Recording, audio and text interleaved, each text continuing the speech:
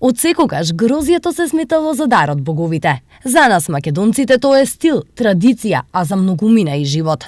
Почетокот на август е почеток на уживање во првите сорти десертно грозје. Втора недела како е излезено, продава се, добро е, има и квалитет, не е прскано. Ова сорта е кардинал, оригинал. Благо, мое производство, наше производство и благо.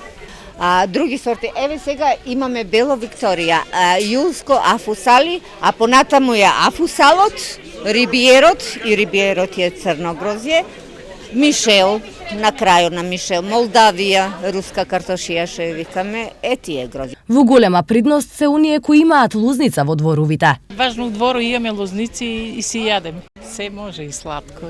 Ракијичка се прави, убава домашна, па ако сакаш компот се прави сладко, млатко, вамо, намо, разбираш, се може, кој разбира се може да направи. Еден од синонимите на Македонија, грозјето, во исто време е и синоними на здравјето.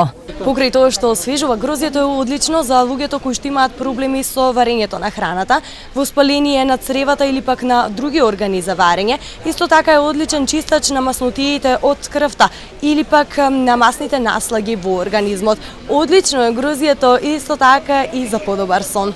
Ова е резултат на богатството од витамините А, B1, B6 и С и минералите од кои најмногу имаме калиум, калциум и манган. Освен свежо, грозјето е корисно кога се јаде и сушено. Се препорачува како ужина меѓу главните оброци. Една шака суво грозје ќе ве засити и нема да чувствувате глад.